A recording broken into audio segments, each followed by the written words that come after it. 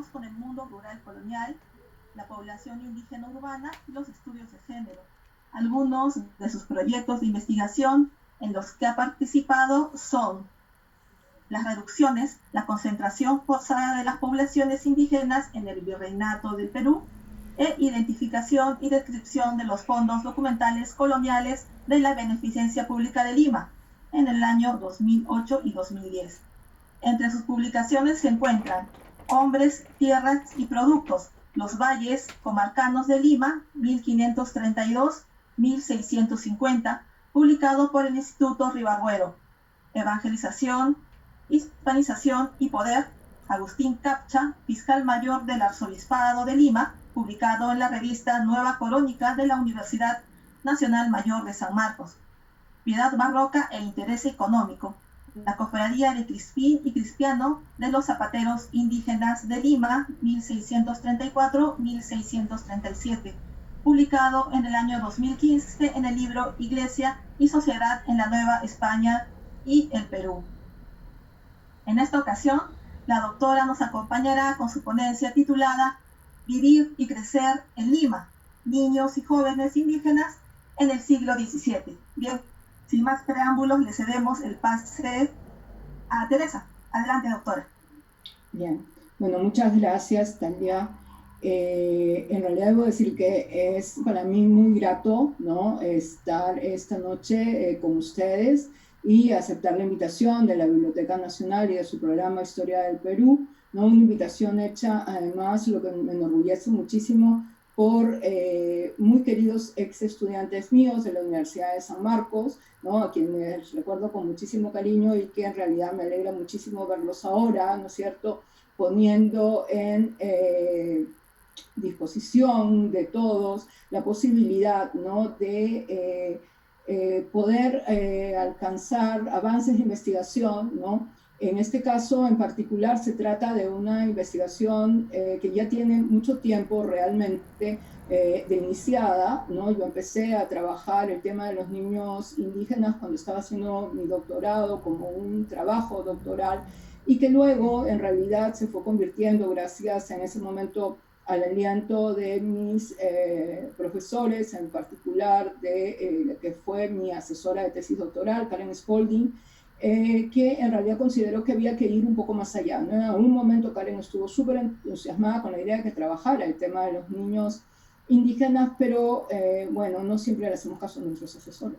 Entonces, en realidad no fue mi caso, ¿no? Me fui por otro lado al final, pero vinculado en realidad con el tema, ¿no? Entonces, la idea de presentarles esta noche, ¿no es cierto?, es el tema de los niños y jóvenes, vivir y crecer en Lima, que fue en realidad un artículo que Claudia Rosas acogió en un libro que ella editó en el año 2012 y que en realidad eran avances de lo que yo ya, como digo, venía trabajando desde antes, ¿no?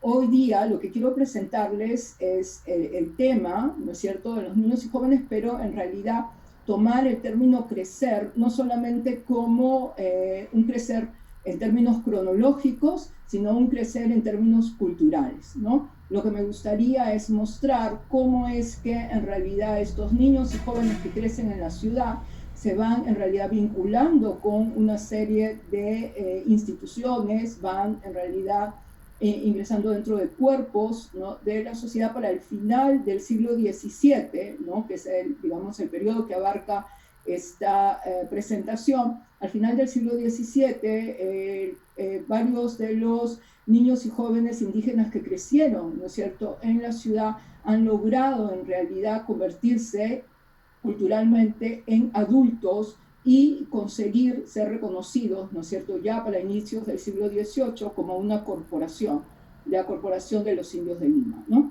Entonces, de alguna manera vamos a jugar con esto de vivir y crecer en el sentido estricto, ¿no es cierto?, de la palabra, pero también en el sentido de cómo se van convirtiendo, ¿no es cierto?, poco a poco en adultos, ¿no? Bueno, entonces, sin más preámbulos, voy a pasar a compartir la pantalla. No he preparado un PowerPoint, más bien bastante sencillo, con la idea en realidad de no pasarme del tiempo que me han señalado, porque a veces me entusiasmo y me voy Entonces, en realidad la idea, ¿no es cierto?, es tratar de abarcar lo que he señalado y luego, ¿no es cierto?, algunas cosas que ustedes tengan algún interés y que yo pueda responder, ¿no?, con mucho gusto al final de la presentación, ¿no?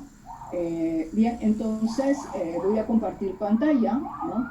Y empezamos ya formalmente, ¿no?, la presentación.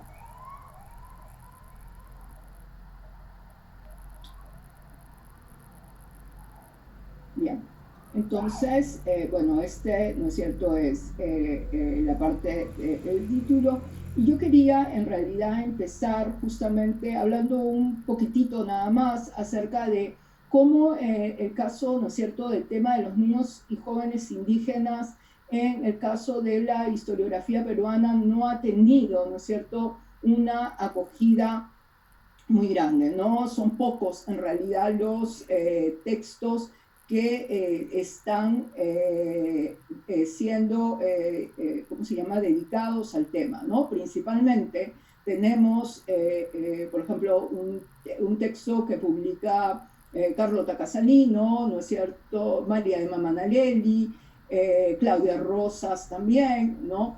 Pero en general no ha sido un tema que haya tenido, ¿no es cierto?, un seguimiento estricto. Esto probablemente tiene que ver, ¿no es cierto?, con también la cuestión de las fuentes, ¿no?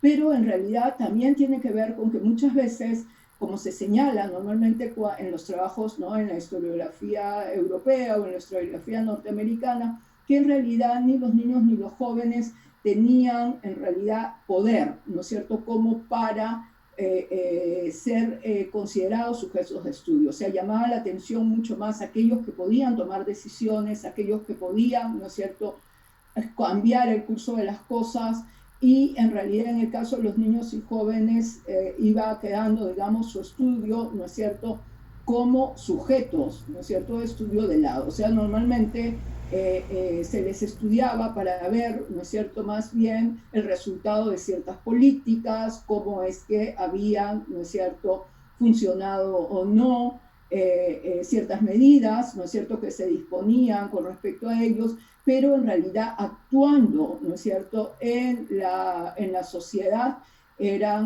son pocos los estudios que los han enfocado desde esa perspectiva, ¿no? En mi caso, en realidad, el trabajar a los niños y jóvenes indígenas tiene que ver con la suerte, ¿no es cierto?, de haberme topado, bueno, no de haberme topado, en realidad fue una fuente que es el Padrón de Indios de Lima, ¿no?, que tuve en realidad la suerte de que me la obsequiaran hace mucho tiempo, y que en realidad leyendo este padrón, ¿no?, me di cuenta que había referencias, ¿no es cierto?, a estos niños, pero una cuestión bien interesante. O sea, muchos de los adultos recordaban cómo habían llegado a la ciudad, qué se habían dedicado, cómo fue que llegaron, ¿no? Entonces, en realidad el padrón, si bien es cierto, es una fotografía de un momento, 1613, sin embargo, permitía hacer una lectura hacia atrás, ¿no? Es cierto también que la memoria, ¿no es cierto?, en realidad muchas veces reconstruye muchas cosas, pero sin embargo nos daba una pista o una línea que se podía seguir, ¿no? Y entonces, mirando un poco, ¿no es cierto?, estos recuerdos de estos migrantes, de cómo habían llegado, fue que empecé a interesarme en ver, ¿no es cierto?, cómo estos niños y jóvenes habían al final de cuentas terminado viviendo en Lima, y cómo, ¿no es cierto?, se habían ido vinculando con la ciudad, que había pasado, ¿no es cierto?, con sus lugares de origen, habían roto con sus lugares de origen, como normalmente también se señalaba, ¿no?, que al llegar muy pequeños en realidad había una ruptura, pero veremos que aunque eso es cierto, es una afirmación que se puede matizar, ¿no? O sea, efectivamente llegan pequeños y muchos, ¿no es cierto?, pierden el contacto con sus familias, pierden el contacto, principalmente los que eran huérfanos, ¿no? Pero otros no, otros mantienen esas vinculaciones, ¿no es cierto? Tan es así que en realidad, por ejemplo, en el caso de un mayordomo indígena que crece, ¿no es cierto?, aquí en Lima, cuando él asume la mayordomía, ¿no es cierto?, de la cofradía indígena a la cual pertenecía, decide ir a su pueblo, ¿no es cierto? Busca, ¿no?, a su, digamos, al sacerdote indígena para que le dé una conopa, van juntos, hacen un ritual, ¿no? Y luego, ¿no es cierto?, él regresa a Lima a continuar siendo mayordomo de la cofradía con la seguridad de que ese año, ¿no es cierto?, el ganado que la cofradía tenía se reproduciría, ¿no? Entonces es un ejemplo, ¿no?, realmente claro. O sea, no podemos hacer generalizaciones, pero sí podemos, ¿no es cierto?, colocar casos que nos permiten justamente, ¿no es cierto?, matizar afirmaciones demasiado drásticas con respecto a lo que pasó, ¿no es cierto?, con estos niños, y ver, ¿no?, que en realidad la situación era mucho más compleja y más rica, ¿no?, de lo que muchas veces, ¿no es cierto?, se puede afirmar, ¿no? Entonces, en el caso, obviamente, de los niños y los jóvenes indígenas, los estudios son menores y tiene que ver también esto, ¿no es cierto?, como señalé hace un momento, con la documentación, ¿no? O sea, la documentación en realidad los muestra muchas veces en condición, ¿no es cierto?, de explotación, niños desarraigados que son llevados a la fuerza, ¿no? Y eso es parte, obviamente, ¿no es cierto?, de lo que realmente pasó, pero en realidad encontrarse con una documentación donde se les ve actuando, ¿no es cierto?, es un poco más complicado, pero eso no quiere decir que los documentos en realidad no existan, ¿no?, sino que hay fuentes donde se les puede ver efectivamente, ¿no es cierto?, actuando, o, como dije hace un momento, en el caso del padrón, con una lectura, ¿no es cierto?, digamos, que mira en realidad lo que está, los testimonios, se puede en realidad encontrar este tipo, ¿no es cierto?, de información que nos permite ver a estos niños, ¿no es cierto?, tomando ciertas decisiones, principalmente, ¿no?, más que los niños mismos en el caso de los jóvenes, ¿no? Bien. La ciudad de Lima, ¿no es cierto? Hay que recordar que en realidad la ciudad de Lima era una ciudad que había sido pensada para que fuese una ciudad española, ¿no es cierto? No en realidad una ciudad en la cual la población indígena debía residir, ¿no? La ciudad estaba pensada para que fuera una ciudad de españoles con sus esclavos de ascendencia africana, y en realidad para los indios estaban los pueblos de indios o las reducciones, ¿no? Alrededor de Lima, ¿no es cierto?, lo que hoy día son varios de los distritos, eran justamente, ¿no?, los pueblos de indios donde la población indígena debía de residir, ¿no? Sin embargo, en realidad la necesidad de mano de obra, ¿no?, y de la necesidad de cumplir con cierto tipo de actividades, la misma mentalidad señorial de los mismos españoles que necesitaban, ¿no es cierto?, tener sirvientes o empleados, fue en realidad haciendo que se buscara tener, ¿no es cierto?, mano de obra indígena en la ciudad, ¿no? Entonces las mismas disposiciones que se habían dado son de alguna manera, ¿no es cierto?, contestadas por las mismas autoridades, que terminan, ¿no es cierto?, legislando para que la ciudad de Lima permita, ¿no es cierto?, que hubiese población indígena dentro de la ciudad dedicada al servicio. Esta población indígena, sin embargo, no tiene en realidad reconocimientos ni como vecinos ni como residentes. O sea, están ahí en la medida en que están trabajando en una actividad como el servicio doméstico o como artesanos, ¿no es cierto?, o como jornaleros, pero no forman ningún cuerpo en particular dentro de la ciudad. Es decir, lo que quiero señalar es que en realidad no tienen un reconocimiento político, o sea, no forman parte, digamos, de un grupo, ¿no?, con capacidad de decisión dentro de la ciudad, ¿no? Entonces, sin embargo, lo que decía la legislación, ¿no es cierto?, era que en realidad si venían indios a Lima tenían que venir a servir a cumplir con sus mitas, o sea, la mita de plaza, perdón, y luego regresar a sus pueblos. Sin embargo, también, ¿no?, la misma legislación va a mostrar que en el caso de la migración infantil, o, bueno, más que migración infantil, el traslado de niños, ¿no es cierto?, hacia la ciudad, eso sí lo va a ver, ¿no?, las autoridades coloniales los van a ver con buenos ojos, ¿no? Lo van a ver con buenos ojos, porque es una manera de, en realidad, conseguir que los niños vayan creciendo dentro, ¿no es cierto?, del modelo, digamos, de sociedad que, con los conocimientos, etcétera, que se requerían, ¿no es cierto?, para que funcionara el sistema de la manera en cual estaba ideado, ¿no? Entonces, sí se facilita que la población indígena infantil pueda llegar a la ciudad, ¿no? Entonces, bueno, como decía, ¿no?, los niños eran traídos a la ciudad con, en realidad, la autorización de las autoridades que veían, ¿no es cierto?, con buenos ojos que efectivamente se establecieran con familias españolas, ¿no? Entonces, la idea era justamente la hispanización de estos niños, ¿no?, que vivieran con sus patrones españoles. Entonces,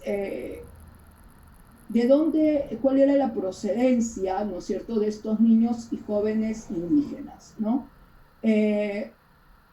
La mayoría, ¿no es cierto?, de los niños que llegaban, de los niños y los jóvenes, venían de la Sierra de Lima, ¿no? O sea, la mayor parte llegaban desde ahí, también de la Sierra Central, ¿no es cierto?, y de la costa norte, ¿no? Sobre todo, en realidad, el padrón, por ejemplo, y más adelante, cuando uno mira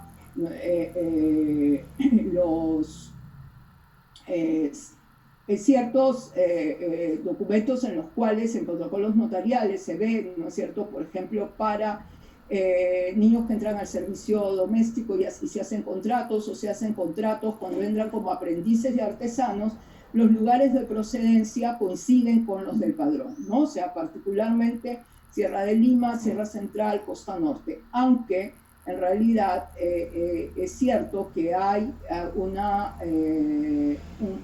un grupo que no está en los padrones, y que también es verdad que en realidad llegaban de todas partes, pero principalmente estos son los focos, ¿no es cierto?, de mayor migración. En el caso de los niños, ¿no es cierto?, eran traídos a la ciudad alrededor de los 10 años, ¿no?, y las niñas alrededor de los 8 años, ¿no? O sea, esta diferencia en realidad tiene que ver porque la misma legislación, ¿no es cierto?, consideraba que un niño de 10 años ya podía servir, o sea, ya podía trabajar. Y en el caso de las niñas se consideraba que esto era posible desde los 8 años, ¿no? Bueno, podríamos decir, ¿no es cierto?, que desde ya se consideraba una madurez femenina, ¿no es cierto?, más rápida que una masculina. Es una broma, ¿no? Pero ¿no?, en realidad era así, ¿no? ¿Quiénes traían a estos niños? Muchas veces sus encomenderos, ¿no? Para la primera, todavía mitad del 17, funciona todavía, ¿no?, primeras décadas, la encomienda todavía está vigente, ¿no?, primeras décadas del 17, entonces estos niños llegaban a casa de sus encomenderos, ¿no? Pero también, en realidad, habían sacerdotes, ¿no?, que cuando venían a Lima traían juntos con ellos a indios a su servicio. Es el caso, por ejemplo, de Nicolás Ayllón, ¿no? Nicolás Ayllón llega, en realidad, con el cura al cual está a su servicio, con el cual había estado, ¿no es cierto?, primero en Saña, y de Saña pasa, ¿no es cierto?, hacia Lima, y está en realidad al servicio de este sacerdote hasta que cumple 17 años, ¿no? Cuando ya el sacerdote deja de vivir en Lima, ¿no es cierto?, es trasladado hacia otro lugar, y Nicolás se queda residiendo, ¿no?, en la ciudad y más bien entra a aprender el oficio de sastre, ¿no?, que es en realidad lo que él va el oficio que va a tener, ¿no? En el caso de estos niños y niñas, entonces, eran traídos también por comerciantes. Había en realidad gente que pedía, ¿no es cierto?, a los que viajaban que le trajeran un indiecito o una indiecita para servir en sus casas, ¿no? Y bueno, era entonces el servicio, ¿no es cierto?, de las casas hacia donde ellos, ¿no es cierto?, por lo general llegaban. Pero no solamente eran traídos de esta manera. Como dije hace un momento, al principio, ¿no es cierto?, en la presentación, muchos en realidad llegaban a la fuerza. O sea, no era que vinieran, ¿no es cierto?, por su propio gusto, sino que en realidad había niños que eran desarraigados, que eran traídos a la fuerza, y también venían muchos niños que eran huérfanos, ¿no?, y que habían sido traídos, ¿no es cierto?, por un acuerdo con el curaca, ¿no?, o el mismo curaca muchas veces, ¿no es cierto?, colocaba niños a servir en casas de españoles. En el caso del curaca, en realidad sí hay, digamos, información que muestra que se trata de una suerte de estrategia, ¿no?, para colocar niños en la ciudad, ¿no? De esta manera, esto le permitía, ¿no es cierto?, al curaca tener a alguien que luego, ¿no es cierto?, que crecía en la ciudad y que le permitía, ¿no es cierto?, tener un sitio donde llegar, tener a alguien que podía servir, ¿no es cierto?, de nexo para los negocios, ¿no?, para en realidad las relaciones, que era muy, muy importante, ¿no? Hay una serie de referencias en, por ejemplo, la documentación, por ejemplo, de idolatrías y en juicios que señalan justamente cómo los curacas llegaban, ¿no es cierto?, a los lugares donde estaban indios paisanos suyos, ¿no? Y en algunos casos se hace la referencia también, ¿no es cierto?, cuando el testigo declara y dice que lo conoce desde que era niño porque lo trajo él a vivir a la ciudad, ¿no? Pero también están los casos de los niños que han sido traídos por sus propios padres, es decir, la madre o el padre los colocaban a servir en una casa, ¿no? Y en este caso, en realidad, la estrategia parece haber sido mucho más familiar, ¿no? Muchas veces esto se explica, ¿no?, comparándolo con la historia, digamos, europea, de lo que los ponían al servicio, porque al no tener cómo mantenerlos en sus propios pueblos, los traían, ¿no es cierto?, para que aquí tuvieran casa, comida, ¿no? Pero en realidad, aunque eso pudo ser así, también no hay que olvidar, ¿no es cierto?, que Lima era la capital del virreinato, el sitio donde estaba la Real Audiencia, el sitio donde además, ¿no es cierto?, estaba el poder eclesiástico también, y entonces estos niños creciendo en Lima también facilitaban, ¿no es cierto?, a sus familias el tener la posibilidad de algún vínculo con un espacio que era particularmente importante, ¿no? O sea, que un hijo o una hija aprendiese, ¿no es cierto?, a hablar bien el castellano, pero aprendiese también cómo era moverse dentro de la ciudad, parece haber sido algo importante, ¿no? Muchas veces también se ha señalado que en realidad los padres y madres lo traían y luego ya no volvían a saber de él. Y eso en realidad se puede matizar con otra documentación que muestra que en realidad, y que hay casos, ¿no es cierto?, en derecho indígena, en el AGN, de padres que sí estaban al tanto que estaba pasando con sus hijos, ¿no? Por ejemplo, el hecho de o sea, de niños o de niñas que están siendo maltratados, que no les están dando el trato, ¿no es cierto?, que en realidad la persona con la que le colocaron le debía de dar, y el padre pide, ¿no es cierto?, a los alcaldes que por favor le permitan llevarse a su hija, ¿no?, que están rompiendo el contrato, que se van a llevar a su hija y que se les permita en realidad llevársela, ¿no? Esto muchas veces no es inmediato, ¿no? La niña es puesta en custodia en otra familia donde obviamente está sirviendo, ¿no es cierto?, para poder comer y para poder en realidad tener vestido,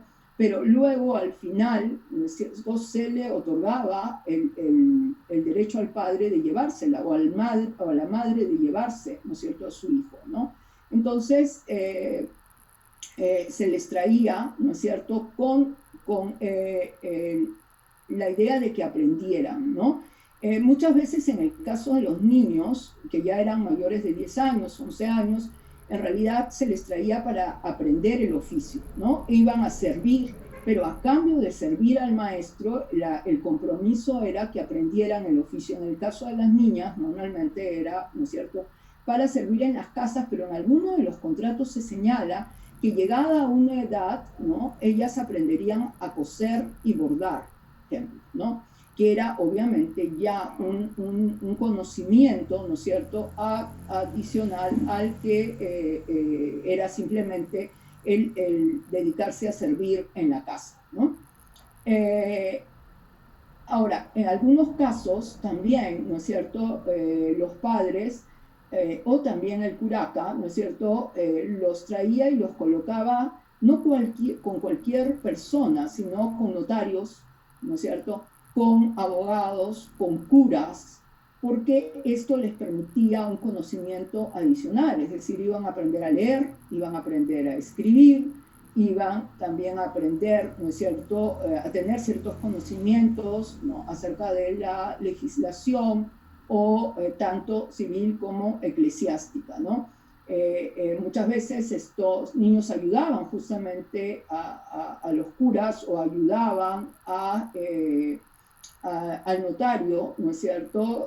Muchas veces eran los que escribían. Hay algunos casos, ya, bueno, para más adelante, ¿no?, para el siglo XVIII, que han crecido en la casa del notario y que sirven muchas veces como los que escriben, redactan, ¿no?, y aparecen como testigos, ¿no? Entonces, en realidad, esta práctica que nosotros estamos viendo para el siglo XVII va a continuar en el siglo XVIII, es decir, niños migrantes, ¿no es cierto?, que muchas veces su migración forma parte de una estrategia familiar o de una estrategia, ¿no es cierto?, de la comunidad, o sea, el curaca trasladando niños que son huérfanos, por ejemplo, ¿no? Y importante en este caso, cuando vienen los padres o cuando los traen los padres o los trae el curaca, es que hay un contrato de por medio, ¿no? Por eso es que también se puede conocer lo que les estoy contando, ¿no? Estos contratos están en los protocolos notariales, ¿no? Y de alguna manera, ¿no es cierto?, estos niños cuyos padres o el curaca han firmado un contrato tienen una suerte de protección. No necesariamente siempre va a funcionar, pero es como una suerte, ¿no es cierto?, de tener un documento en el cual está puesto, ¿no es cierto?, por escrito cuáles son las obligaciones que va a tener ese niño o esa niña y cuáles son las obligaciones que adquiere su patrón o su patrón, ¿no es cierto? Y en algunos casos, en realidad, es interesante ver que mientras más hispanizado, podríamos decir, está el padre o la madre que los lleva, mayores cosas, en realidad, mayores beneficios tiene, ¿no es cierto?, el niño, ¿no? Por ejemplo, que se le dará una cantidad de dinero. Muchas veces estos niños en realidad no reciben nada, ¿no?, más allá de comida, vestido y alimento, pero en otros casos sí hay referencias a que reciben una pequeña cantidad de dinero, que podrán salir, por ejemplo, los domingos, ¿no? O sea, indicando que ellos pueden, ¿no es cierto?, tener como un momento libre, ¿no? Que en realidad en otros contratos esto no se señala, ¿no? Entonces, muchas veces otro de los que los coloca también, ¿no es cierto?, son autoridades o alcaldes de la misma ciudad.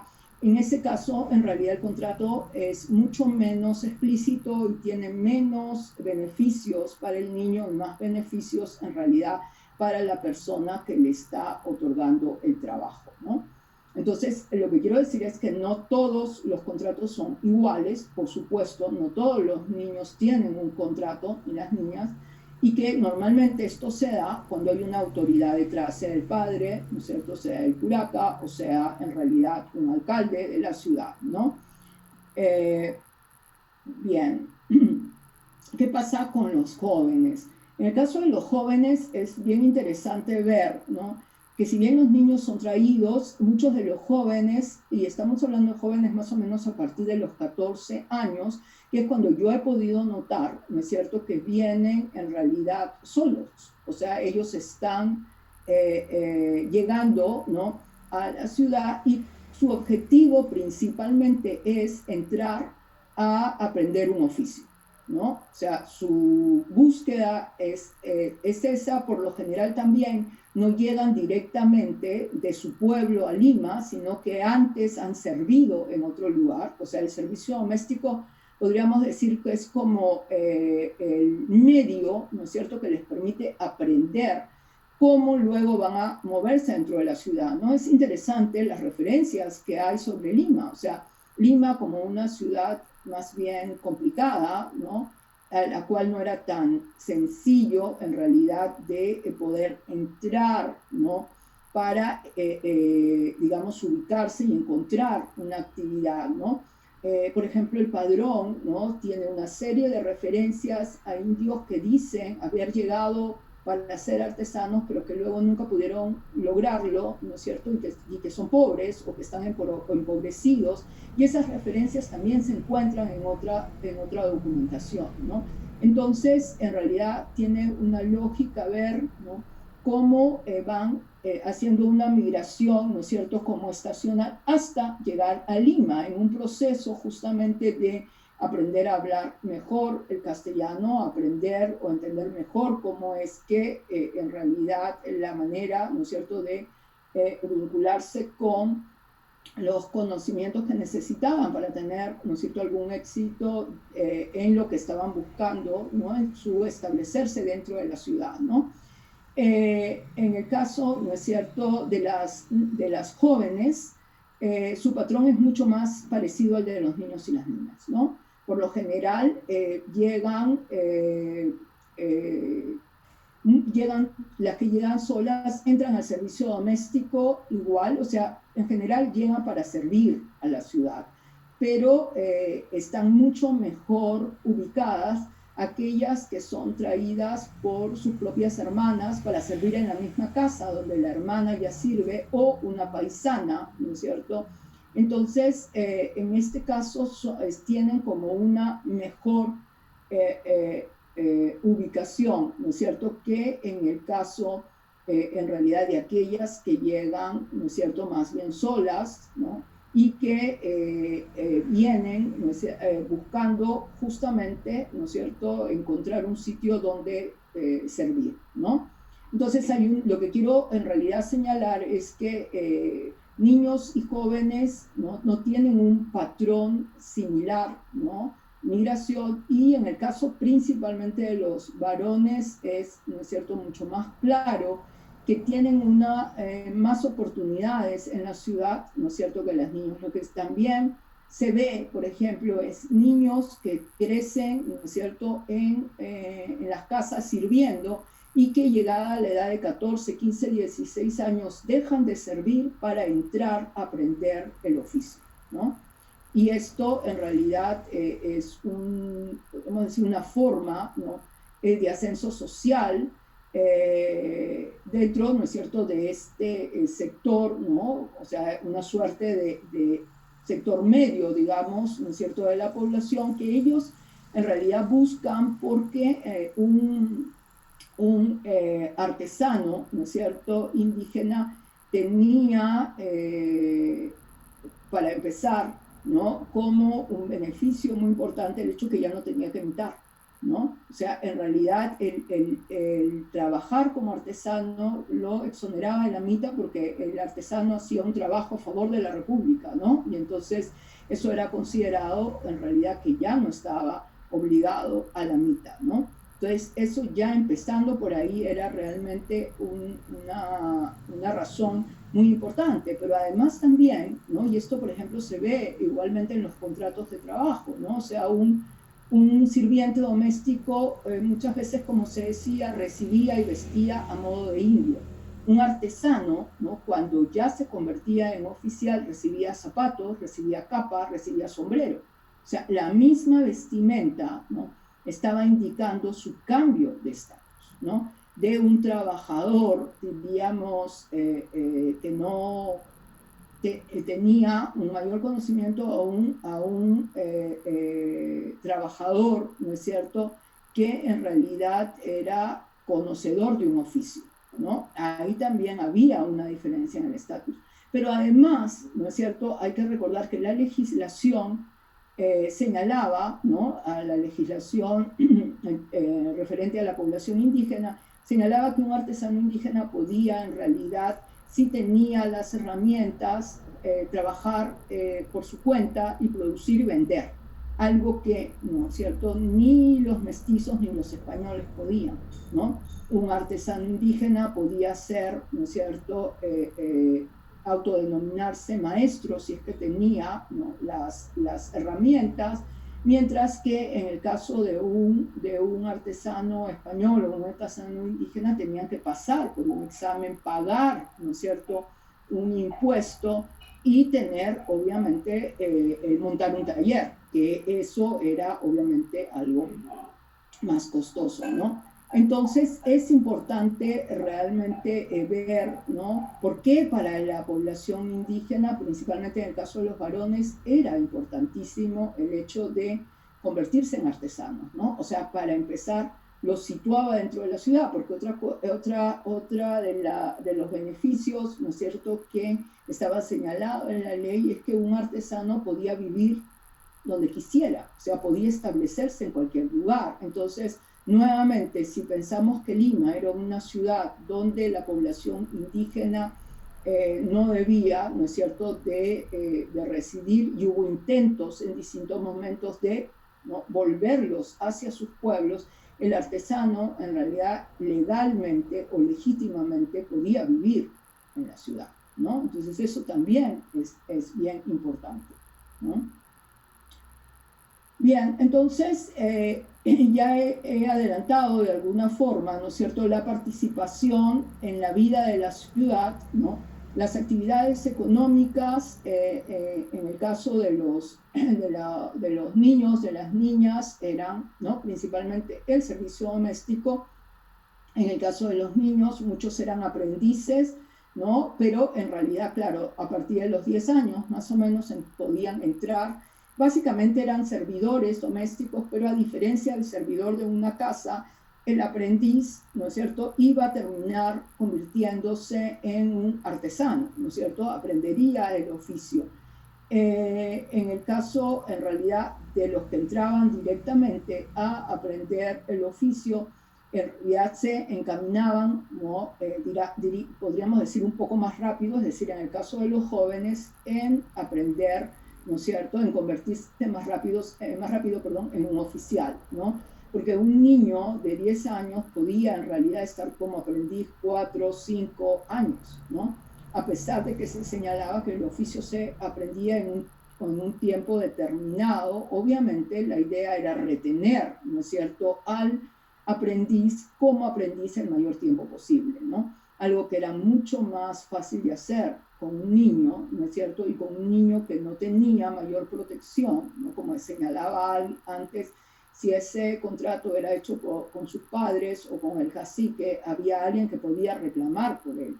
Pero en realidad, y en el caso de los jóvenes mismos, ¿no es cierto?, en realidad trataban de hacer valer, ¿no?, su conocimiento de que en realidad esto tenía un tiempo determinado, que el maestro tenía que cumplir con lo que se había comprometido, con el tiempo determinado en el cual él debía aprender el oficio, ¿no?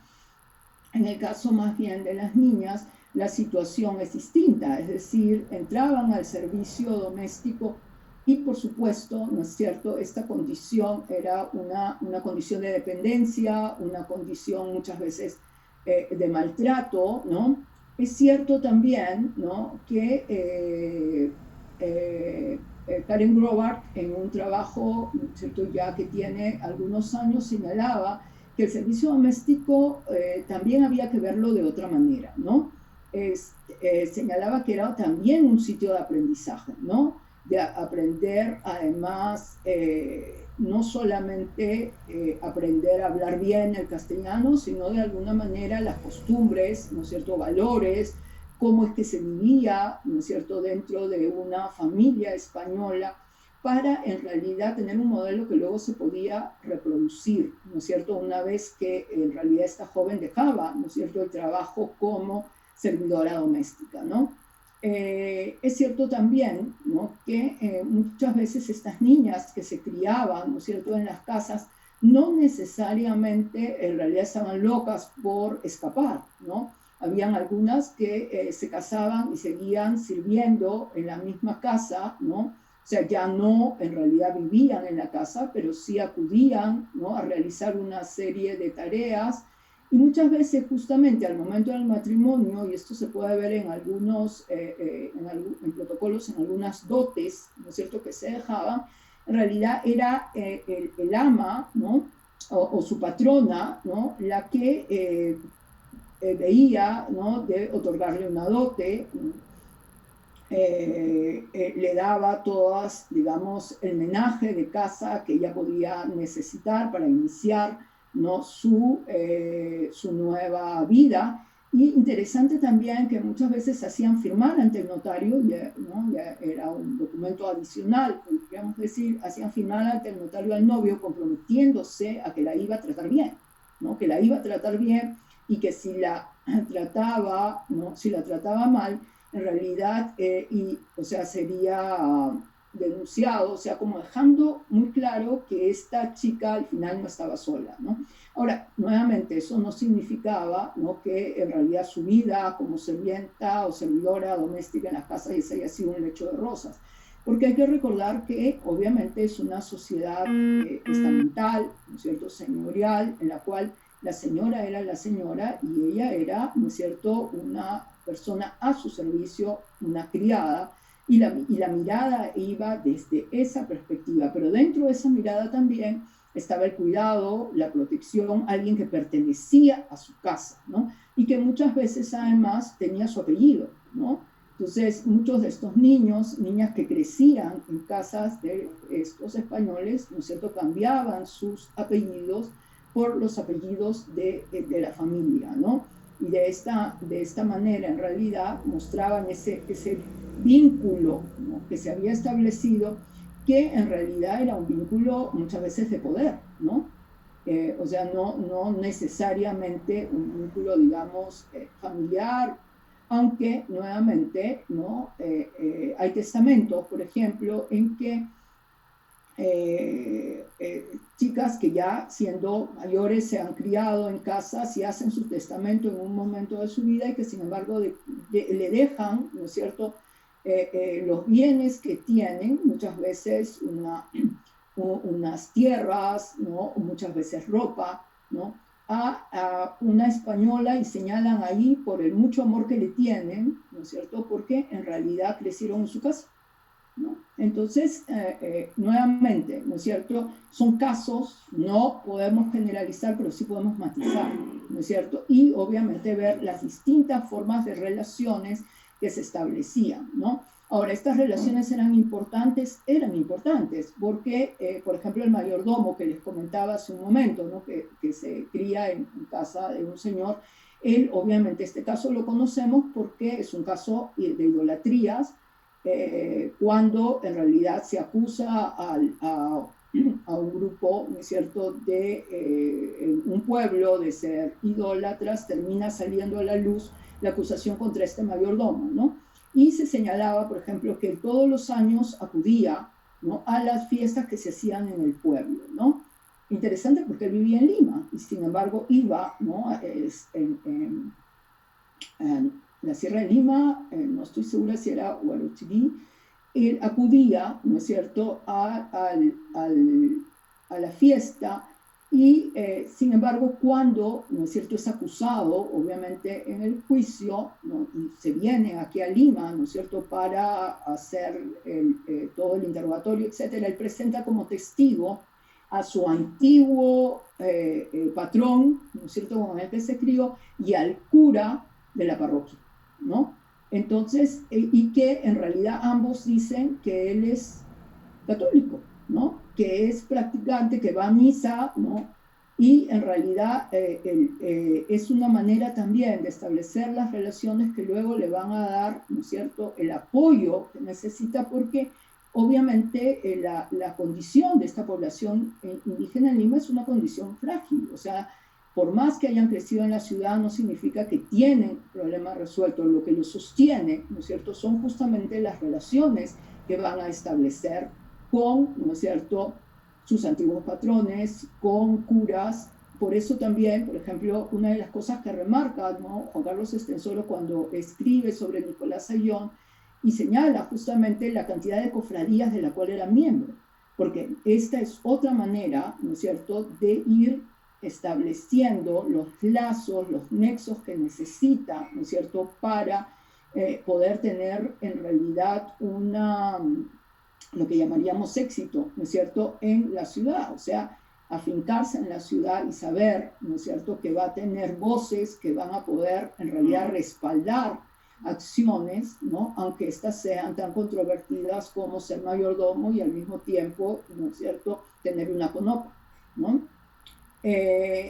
Bueno, lo de los lugares de origen, ¿no es cierto?, ya en realidad también había señalado que esto no necesariamente significa que porque están viviendo en Lima, ¿no es cierto?, han roto con sus lugares de origen, han dejado de tener, ¿no es cierto?, nexos con sus familias o con sus paisanos. Es cierto también que mientras más, si vienen de zonas muy alejadas, lo más seguro es que efectivamente estas relaciones, ¿no es cierto?, se diluyan o se vayan rompiendo, pero muchas veces aquellos que están, ¿no es cierto?, en lugares relativamente cercanos, sí mantienen relaciones, ¿no? Y se puede ver esto también, por ejemplo, cuando uno mira, ¿no?, nuevamente el padrón, ¿no?, es como una buena, una documentación, un documento que permite, ¿no es cierto?, entender mejor cómo es que en realidad funcionó, porque muchas veces los paisanos están juntos, ¿no?, trabajan en el mismo lugar, ¿no es cierto?, y viven alrededor de la misma iglesia, ¿no? Entonces eso, por ejemplo, nos da una idea de que no hay tanta, en realidad, ruptura como uno podría pensar. Pero particularmente en el caso de los niños, como decía, ¿no es cierto?, niños traídos por el curaca siempre está viniendo, ¿no? Y como decía antes, cuando crecen en la ciudad es un lugar al que llegan, ¿no? Llegan paisanos, llegan, ¿no es cierto?, familiares, ¿no?, se establecen ahí. En la década del 70, me parece, 80 del siglo XVII, se empezó a perseguir la venta de la coca en Lima, ¿no? O sea, la coca era en realidad legal, el consumo de la coca para la población indígena, pero había empezado a consumirla en mayor medida la población española, ¿no? Y entonces esto había obviamente llamado la atención y principalmente el rechazo de las autoridades. Entonces se comienza a perseguir la venta de la coca, ¿no? Ahí, por ejemplo, son también juicios, justamente se ve, ¿no?, cómo los que traían la coca en realidad llegan a casas de sus paisanos que están en Lima, ¿no?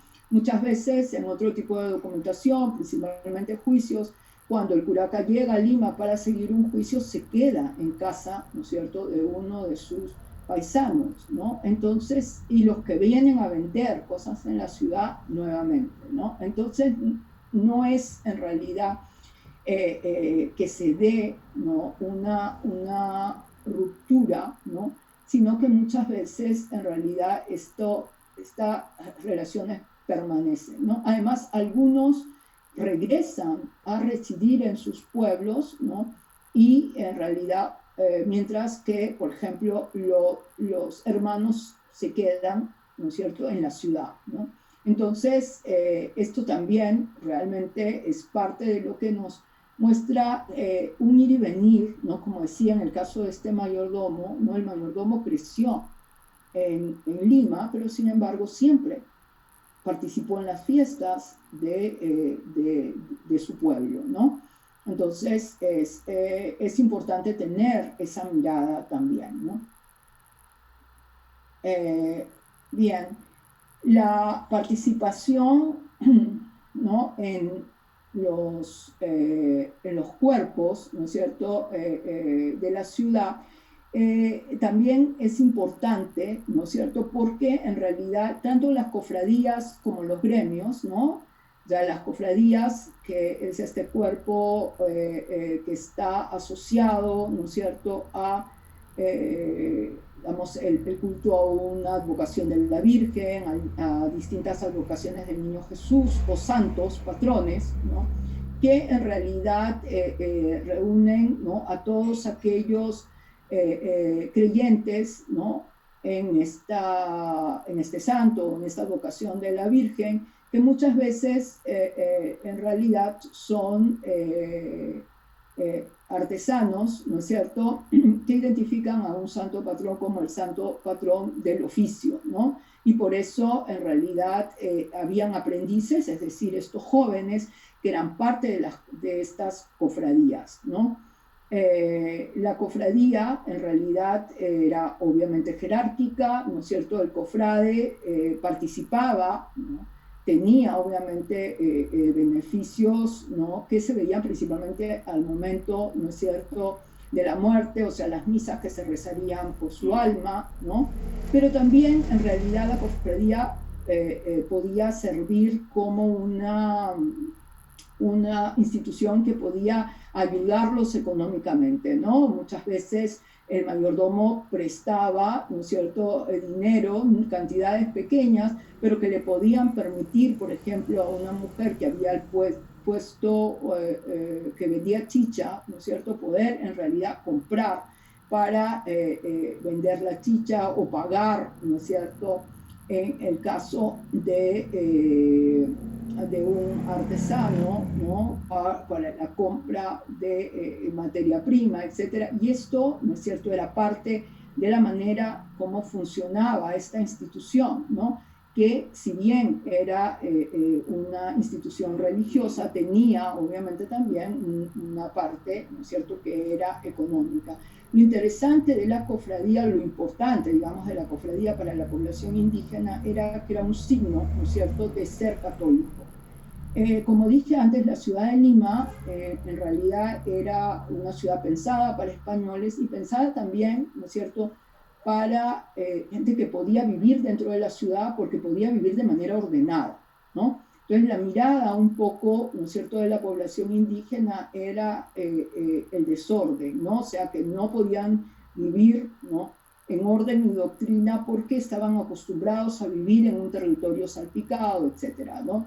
Entonces se ponía en cuestionamiento, ¿no es cierto?, esa capacidad, ¿no?, para en realidad vivir en policía, ¿no?, vivir en orden. Entonces participar en la cofradía era parte, ¿no es cierto?, de demostrar que efectivamente habían alcanzado o estaban en proceso de alcanzar esa capacidad para vivir dentro de la ciudad, ¿no? Pero además porque recordemos, las cofradías participaban en las celebraciones religiosas de la ciudad, ¿no? Entonces, en las procesiones, y todos los miembros de la cofradía participaban, ¿no? O sea, era un mostrarse al resto, ¿no es cierto? Y acudir a estas celebraciones, con lo cual era como una vitrina de quién soy, dónde estoy y cómo me pueden ver, ¿no es cierto?, los demás, ¿no? En el caso de los gremios, se trata obviamente de un cuerpo, ¿no es cierto?, de trabajadores especializados y que nuevamente, ¿no es cierto?, era un colocarse que los distinguía, ¿no es cierto?, muchísimo del jornalero, por ejemplo, que trabajaba donde había, ¿no es cierto?, mientras que en el caso del artesano, el artesano, en realidad, al ser un trabajador especializado, como dije, tenía, un artesano indígena, una serie de beneficios, ¿no?, que le permitían en realidad no solamente tener la posibilidad de ganar algunas ganancias, pero además, ¿no es cierto?, tener un reconocimiento dentro de la ciudad, ¿no?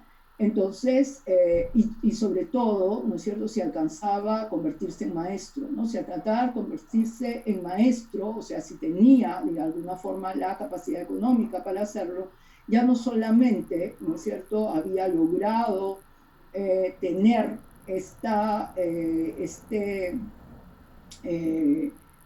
reconocimiento, digamos, económico, ¿no?, sino también religioso. ¿Por qué? Porque por lo general las cofradías de oficio eran, también para, ¿no es cierto?, los miembros del oficio, ¿no? O sea, que podían ser los hermanos 24, ¿no?, del oficio. Entonces, bueno, esto en realidad es importante con relación, ¿no es cierto?, a la participación de los cuerpos, ¿no? Bien, por último, no sé, Thalía, ¿cuánto estoy de tiempo? Sí, Esto ya es lo voy a último. hacer lo final, sí, para pasar a la rueda de preguntas y Sí, quizás exacto, ahondar más en los temas. Exacto, ¿no? Sí. Bien, entonces, como les señalaba, en realidad la idea es ver, ¿no?, o sea, tal vez con las preguntas se pueda, ¿no es cierto?, profundizar un poco más, pero que o sea, estamos ante un proceso de crecer, ¿no es cierto?, en la ciudad, pero estos niños crecen, pero también crecen, digamos, en conocimientos, ¿no? Lo interesante es que en realidad legalmente los indígenas eran menores de edad, ¿no? En ese sentido, en realidad, podían crecer cronológicamente, pero no legalmente iban a seguir siendo considerados menores de edad. Esto, en realidad, para un sector de la población indígena era considerado beneficioso porque les daba, ¿no es cierto?, cierto tipo de beneficios, pero en el caso, ¿no es cierto?, de otros que empiezan a buscar tener el control de sus propias instituciones, el hecho de ser identificados como menores de edad, entonces es una suerte de freno, ¿no? Una manera, ¿no es cierto?, de encontrar un reconocimiento como mayor de edad en la ciudad y en general era el hecho de ser reconocido como cristiano verdadero, ¿no? O sea, los que son reconocidos como tales empiezan a adquirir este derecho de poder vivir en la ciudad, ¿no? A fines del siglo XVII, en realidad, los miembros de la cofradía de Copacabana, que son en realidad varios de ellos indígenas que han crecido en Lima, ¿no es cierto?, logran que el arzobispado les otorgue el derecho, ¿no es cierto?, a que se les reconozca que la iglesia es de su propiedad, ¿no? O sea, para empezar, entonces, ellos, por lo tanto, tienen el manejo de su iglesia, desde obviamente decidir quién se entierra o no, ¿no? En la iglesia está manejada por la cofradía. En algún momento se trató de presionar para que esta cofradía fuera también cofradía de españoles, y los indios lograron, ¿no es cierto?, que la cofradía siguiera en manos de la población indígena, pero además, ¿no es cierto?, ellos podían nombrar a su propio capellán, algo que en realidad es ya de por sí un reconocimiento de ser cristianos verdaderos. Pero recordemos también, ¿no es cierto?, que se les permitió tener un beaterio justamente para las mujeres indígenas. Entonces, pero lo más importante, ¿no es cierto?, de todo fue que igualmente ellos tenían el manejo de sus bienes. O sea, si vamos viendo, esto lo van logrando en la segunda mitad, bueno, casi al final de la segunda mitad del siglo XVII, pero es todo un proceso que muestra, ¿no es cierto?, que en realidad no solo han crecido cronológicamente, sino que han crecido legalmente, ¿no? Perdón, esta sí es la última, ¿no? Este proceso entonces culmina, ¿no? Bueno, no culmina o empieza, dependiendo de cómo lo veamos, en realidad en 1720, cuando se les reconoce como la corporación de los indios de Lima, ¿no? Es decir, un cuerpo político que tiene derecho a funcionar, ¿no es cierto?, en la ciudad, a tener un cabildo, ¿no?, que justamente por eso está esta imagen. Esta es la iglesia de Copacabana, ¿no es cierto?, como existe hasta hoy día, pero aquí en realidad se ve, en esta parte de acá está este sitio, ¿no es cierto?, que era donde funcionaba el cabildo de indios de la ciudad, ¿no? O sea, un cuerpo político, ¿no?, que muchas veces en realidad se confunde, ¿no es cierto?, con el cabildo del cercado, ¿no? Entonces, en realidad, el cabildo del cercado funcionaba en el pueblo del cercado, y el cabildo de indios de Lima funcionaba en la iglesia de Copacabana, ¿no es cierto?, que es en realidad la iglesia que estaba, ¿no es cierto?, manejada por los distintos gremios que rotaban, ¿no?, para en realidad asumir la posición, ¿no es cierto?, de alcaldes y regidores, ¿no?, que tenía la ciudad de Lima en el siglo XVIII, ¿no? Pero bueno, esa ya es otra historia. Lo que demuestra efectivamente es que con el paso del tiempo y a lo largo del siglo XVIII, un sector de la población indígena buscó ser reconocido como adultos y lograron ese reconocimiento, no solamente desde la corona española, sino también, ¿no es cierto?, del arzobispado de Lima, ¿no? Bien, muchas gracias, y espero que haya podido tener, digamos, despertar, ¿no es cierto?, el interés por este tema, y ahora quedo, ¿no es cierto?, dispuesta a responder sus preguntas. Muchas gracias, profesora. Muchas gracias por compartir con nosotros sus conocimientos sobre este tema que ha generado mucha expectativa por el público que nos sigue por las redes sociales, muchos de los cuales también son niños y jóvenes. Le comentamos que tenemos una audiencia muy grande el día de hoy. Nos acompañan aproximadamente más de 1.100 usuarios por Facebook y 300 aproximadamente por la plataforma de Zoom. Hemos tenido mucha acogida de colegios como, por ejemplo, el Colegio Infoélite 21 de Caraballo, el Colegio Virgo Potens, bibliotecas amigas también, como la Biblioteca Municipal César Vallejo de Puente Piedra, la Biblioteca Municipal de Independencia también, y también hemos recibido audiencias de distintas partes del Perú, como Ancash, Pucallpa, Arequipa, Piura, Tacna, Ica, entre otras, que se están conectando para escuchar el día de hoy. Bien, a ellos los saludamos y le agradecemos el interés que tienen por el programa de Historia del Perú. Como habíamos indicado al inicio, profesora, luego de su ponencia pasaremos a una breve rueda de preguntas, ¿no?, que hemos recogido a través del chat del Facebook y también de la plataforma Zoom. Bien, la primera pregunta es de Jenny García, que pregunta: en el periodo colonial, los niños y jóvenes que no tenían un reconocimiento político, ¿qué tipo de educación recibían?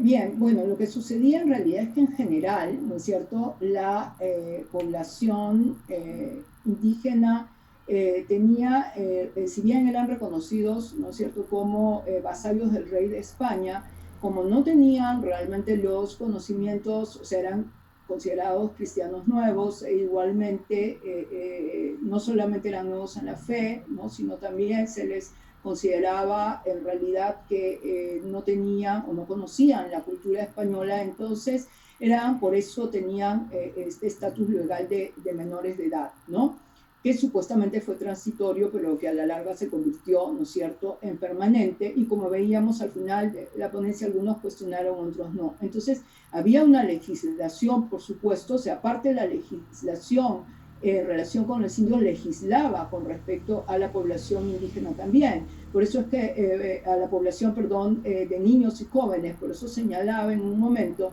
que justamente esa legislación decía que en realidad las niñas podían entrar a servir en una casa a los 8 años y los niños a partir de los 10, ¿no?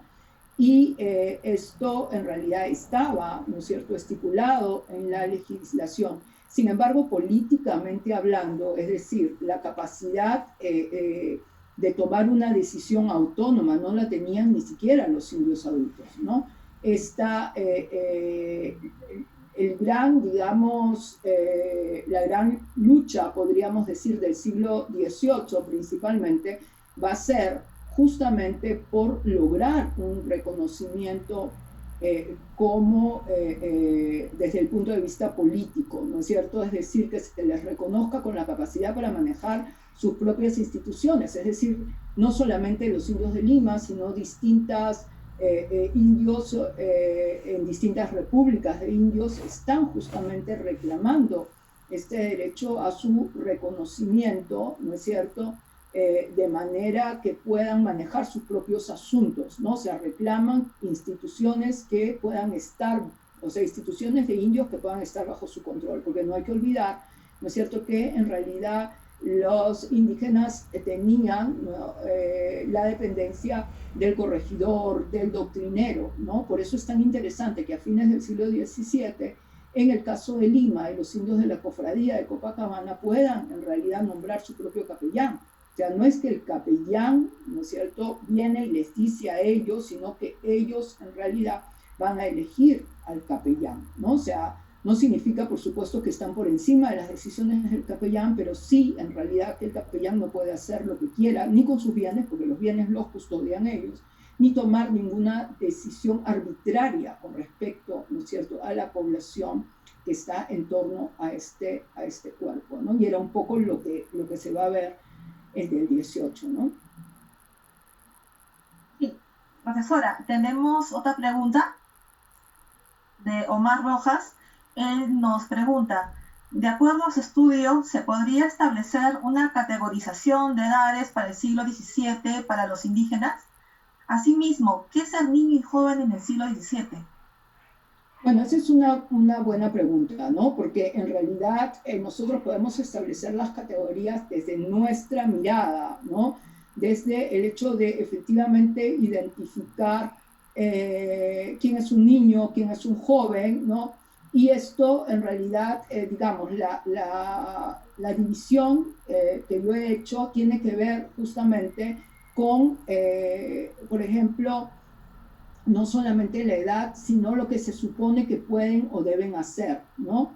Por ejemplo, como decía, el hecho de decir que una niña de 8 años ya puede servir en una casa, en realidad está señalando que ya tiene la capacidad, ¿no es cierto?, para poder encargarse de cosas. Para nosotros, una niña de 8 años es una niña pequeña, ¿no es cierto? No se nos ocurriría que puede en realidad con un contrato trabajar, ¿no? Pero lo que yo he identificado en realidad más bien son los 14 años porque es un momento en el cual, ¿no?, muchas de las niñas indígenas empiezan a tener pareja, ¿no?, y empiezan a tener hijos. Entonces eso es como marca, ¿no es cierto?, una diferencia. Igual en el caso de los niños están, o de los jóvenes, perdón, están ya migrando, ¿no es cierto?, y moviéndose de manera independiente, están entrando a trabajar, ¿no es cierto?, y buscando, ¿no?, su propio trabajo, o sea, ellos de manera, digamos, autónoma y no con alguien detrás, ¿no? Entonces, por eso marcaba esa distinción. Ahora, en realidad, de acuerdo con lo que dice la legislación, 25, hasta los 25 años eran considerados legalmente menores de edad, ¿no? Entonces, así era como, digamos, funcionaba legalmente. Pero el matrimonio, de alguna manera, es, ¿no es cierto?, asumir una suerte de mayoría de edad. Pero nuevamente, en el caso de la población indígena, califican como menores de edad. Entonces hay una serie de decisiones como compra-venta de bienes, muchas veces que ellos no pueden realizar si no tienen, ¿no es cierto?, una autoridad que está en realidad apoyándolos para que hagan ese tipo, ¿no es cierto?, de transacciones comerciales, por ejemplo, ¿no? Bien, profesora, tenemos una pregunta también.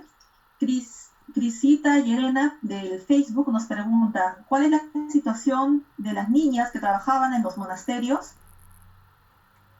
En el caso, ¿no es cierto?, igualmente de las niñas que trabajaban en los monasterios, estaban igualmente destinadas, o sea, las niñas indígenas al servicio, ¿no? Pero aquí, igual que en el caso del, y eso es una muy buena pregunta porque realmente lo había dejado de lado, pero es un ejemplo que permite ver algo que era como, digamos, de alguna manera, ¿no? Podía servir para cambiar de alguna manera el estatus, ¿no? O sea, muchas de estas niñas indígenas efectivamente trabajaban al servicio, ¿no es cierto?, de una monja, pero terminaban logrando muchas veces ser consideradas donadas, ¿no? Entonces, el hecho de ser una donada ya en realidad la convertía en parte, ¿no es cierto?, del cuerpo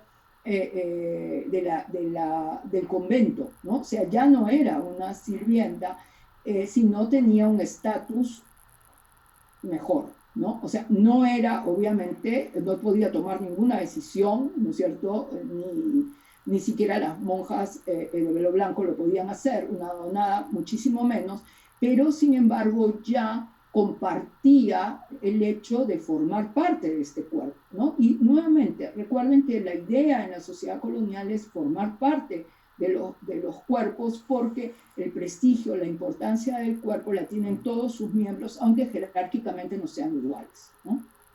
Sí. Ahora, Tenemos una pregunta. Sí.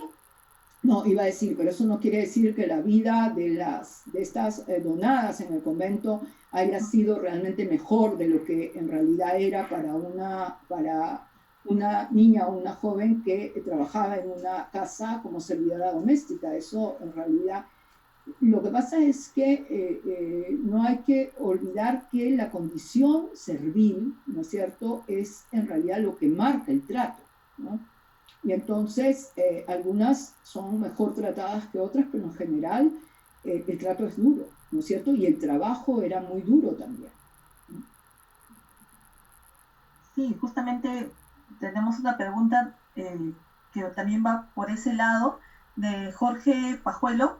Nos indica, los niños indígenas traídos a casa de los curacas y que tenían un contrato, ¿tenían permitido mantener las costumbres religiosas o en todo caso el idioma de sus padres? ¿Hasta qué punto se les insertaba en la República de Españoles? ¿Volvían luego a sus pueblos? Bien, en realidad los curacas, ¿no es cierto?, traían a la ciudad, es evidente que eran niños que iban a aprender el castellano, ¿no? Iban a aprender a hablar castellano porque era lo que se iba a hablar, obviamente, en la casa, si estamos hablando de Lima, ¿no es cierto?, en la casa a la cual ellos llegaban, ¿no? O sea, sus costumbres en realidad en mucho iban a tener que cambiar, ¿no? Porque en realidad la manera, ¿no?, de organizar, digamos, la casa era distinta, ¿no?, a cómo en realidad se daba en sus pueblos. O sea, era justamente por eso, ¿no es cierto?, que las autoridades permitían que estos niños pudiesen llegar y estar en casa de españoles, cuando la legislación decía, ¿no es cierto?, que en realidad no debían haber indígenas en la ciudad. O sea, además porque la cuestión también iba por el lado de que no se despueblen las reducciones, que no se despueblen los pueblos, que no permitan a los indios migrar a la ciudad. Pero en el caso de los niños sí lo permitían porque era una manera, ¿no es cierto?, de que fueran adquiriendo el comportamiento que justamente el sistema, ¿no es cierto?, colonial necesitaba para tenerlos de su lado, ¿no? Ahora, como señalé, algunos sí volvían, ¿no?, mantenían las relaciones, volvían. Es más, en algunos testamentos justamente se ve los que señalan, ¿no es cierto?, que vivieron en la ciudad y han regresado, otros que expresan, ¿no es cierto?, más bien su pesar porque quisieron regresar y no pudieron, ¿no? Y señalan justamente sus bienes, quiénes los tienen, ¿no?, y en manos de quién deben quedar, ¿no? Entonces el testamento puede ser una fuente interesante, ¿no es cierto?, para justamente ver qué está pasando, ¿no es cierto?, con esta población, ¿no? O sea, regresa o no. Y en algunos casos, ¿no es cierto?, ya más avanzado el periodo colonial, también hay algunos que regresan justamente porque quieren asumir cargos, ¿no? Cargos como alcaldes, ¿no? Y entonces esto es más en el 18, pero hay un retorno, ¿no es cierto?, de estos indígenas a sus pueblos, ¿no? Sí, profesora. Tenemos una última pregunta de José Luis Chávez. Él nos pregunta, ¿tenía el contrato firmado entre autoridades indígenas y los españoles que recibían los niños una duración? Digamos, ¿era establecida o era viable o factible de ser rota la duración de estos contratos? ¿O se dio solo en Lima o también se dio en otras ciudades importantes del virreinato? Sí, bueno, o sea, empiezo respondiendo a la última parte. En realidad, los protocolos notariales, es decir, esta es la sección, ¿no es cierto?, donde están estos contratos, se llama protocolos notariales porque son los libros de los notarios, ¿no? En realidad, a diferencia de lo que pasa hoy día, en ese periodo, en realidad, una serie de documentos, una serie de contratos, en realidad pasaban por el notario, ¿no? Muchas veces se piensa, por ejemplo, que un indígena pobre no dejaría un testamento porque en realidad no tenía nada que dejar, pero muchas veces la idea era justamente que vendiese su ropa para que dijeran misas por su alma, y eso lo decía ante el notario porque era como para asegurar que efectivamente eso se cumpliese, ¿no? Entonces, los testamentos abarcan en realidad a toda la gama de población masculina, femenina, ¿no? Y en realidad estos protocolos notariales y en este caso los contratos que también están, ¿no es cierto?, en estos protocolos estaban en realidad no solo en las ciudades sino también en los pueblos. O sea, se señalaba que en los pueblos tenía que haber un notario para que llevara el registro justamente de este tipo, ¿no es cierto?, de actas que se tenían que hacer. Entonces, en realidad sí hay, no solamente era para Lima, ¿no es cierto? Y con respecto a la duración del contrato, en realidad de acuerdo con el oficio y la dificultad del oficio se estipulaba la cantidad, ¿no es cierto?, de tiempo, 1 año, 2 años, 3 años, en que ese aprendizaje duraría, ¿no? Claro, mientras más joven era el aprendiz, más años se consideraba también, ¿no es cierto?, que duraría el contrato. Muchas veces eso tenía que ver también con la idea de tener más años a alguien al servicio, ¿no es cierto?, del maestro, ¿no? Pero en realidad sí había un tiempo de duración, ¿no? Ahora, cuando se rompía el contrato, como lo señalé antes, ¿no es cierto?, este padre que viene hace un pleito para en realidad llevarse a su hija, que le devuelvan a su hija porque ella en realidad no había recibido, ¿no es cierto?, el trato que el contrato señalaba y al final de cuentas no, se la devolvieron, ¿no? Y entonces se rompió el contrato, pero normalmente en realidad la idea era que el contrato no se rompa, ¿no? O sea, que el contrato permanezca, por eso es que las partes tenían que cumplir. Por lo general, ¿no es cierto?, muchas veces lo que sucedía era que el patrón o el maestro no cumplía con lo estipulado. Por ejemplo, había señalado que en 3 años se aprendería el oficio, no se aprendía en 3 años, entonces el aprendiz, si era ya un joven o si en realidad reclamaba, ¿no?, y decía que quería cambiar de maestro porque este maestro no le había enseñado lo que él le había prometido y ya habían pasado, ¿no es cierto?, años, y él seguía en realidad haciendo una cosa elemental con respecto al oficio y cuando ya él debería haberse convertido en un oficial, ¿no? Profesora, tenemos una última pregunta, ¿sí? Claro que sí. Bien, nuestra usuaria Brenda nos consulta, ¿qué autoridad defendía los derechos del niño y niñas frente a estos casos de violencia? Bueno, en realidad, o sea, estaba dentro, ¿no es cierto?, del juzgado de menores, pero nuevamente este juzgado no era solamente en realidad para niños o niñas, sino en general para toda la población indígena, porque nuevamente en realidad tienen el estatus, ¿no es cierto?, de menores, ¿no? Entonces, en primer lugar, ¿no es cierto?, acudían al corregidor y el corregidor era el que debía en los momentos en los cuales, ¿no es cierto?, hubo corregidor, que no siempre había en Lima, ¿no? Eso era como una cuestión, ¿no? digamos, de conflicto entre el corregidor y otras autoridades, ¿no? Como el virrey. Entonces, en realidad, pero lo que había sí también eran, ¿no? los alcaldes de la ciudad a los cuales se acudía, ¿no? para reclamar, ¿no es cierto?, cuando estaba cometiéndose una injusticia o en el caso, ¿no es cierto?, de un trato que iba en contra de sus derechos, ¿no? En realidad también hay que señalar ahí, ¿no? que la palabra derechos la usamos nosotros hoy día, ¿no? Y que no necesariamente en realidad iba en esa misma línea en ese momento, pero sí, por eso es que muchas veces justamente el que hubiese estos indios en la ciudad y crecieran en la ciudad, lo que permitía era justamente un proceso de aprendizaje, ¿no es cierto?, de que las leyes también les daban una serie de beneficios que ellos podían reclamar. Muchas veces en realidad no lo hacían solamente ante el fuero civil, sino ante el fuero eclesiástico, ¿no?, que era otra instancia a la que también solían acudir para la defensa, ¿no es cierto?, de lo que eran sus propios intereses, ¿no? Bien, profesora, muchísimas gracias. Le agradecemos por acompañarnos en esta tercera sesión del programa Historia del Perú.